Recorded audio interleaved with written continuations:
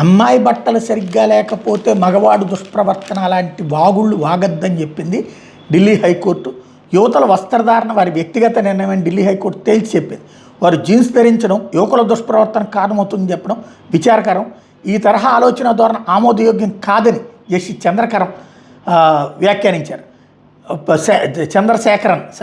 చంద్రశేఖరన్ సుధా తెలిపారు.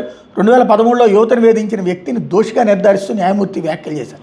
బాలికల వస్త్రధారణ నియంత్రించాలని ప్రయత్నించడానికి బదులు తల్లిదండ్రులు, సమాజం తమ పిల్లల నడవడికను నియంత్రించాలని సూచించారు. వ్యక్తులుగా వాళ్ళకు ఉండాల్సిన హద్దులను గుర్తెరిగేలా చేయాలని చెప్పారు. పొరిగింటి వ్యక్తి తనను వేధించడంతో పాటు శరీరాన్ని తాకుతూ అసభ్యంగా ప్రవర్తిస్తున్నాడని ఓ బాలిక ఫిర్యాదు చేసింది.